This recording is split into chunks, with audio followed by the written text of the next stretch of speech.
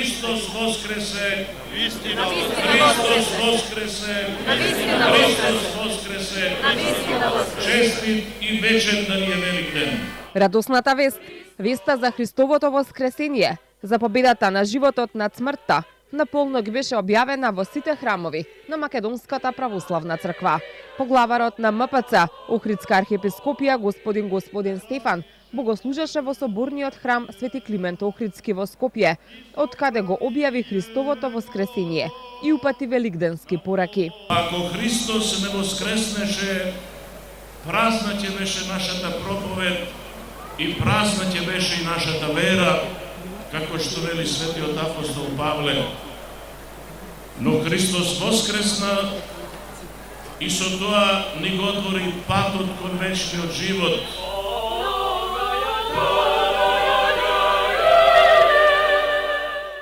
Православните христијани денеска го слават најголемиот христијански празник Великден. Верниците денот го започнуваат со посета на храмовите, со молитва за здравје и спасение.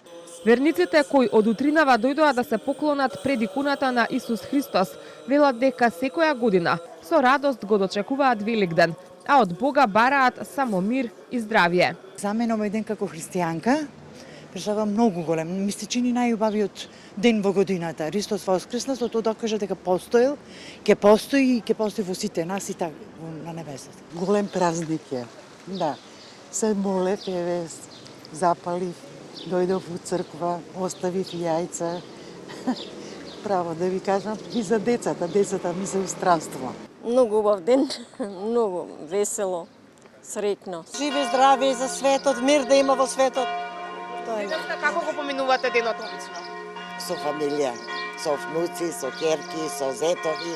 Во соборниот храм во Скопје утринава свеќа за здравје запали и поранишниот председател Ѓорѓе Иванов со сопругата Маја. На граѓаните им посака добро здравје, а рече дека празникот ќе го помине со најблиските. Голем ден, велик ден е секој пат со најблиските да се одбележи воскреснувањето, односно новиот циклус, новиот почеток на се што да се случува во живот. Честитки за Великден упати и градоначалникот Георгиевски по завршувањето на утринската литургија. Сакам на сите верници да им посакам мирни празници, среќа, здравје и љубов во нивните домови. Празничната атмосфера продолжува во домовите, каде семејствата традиционално се собираат на семеен ручек по великденскиот пост.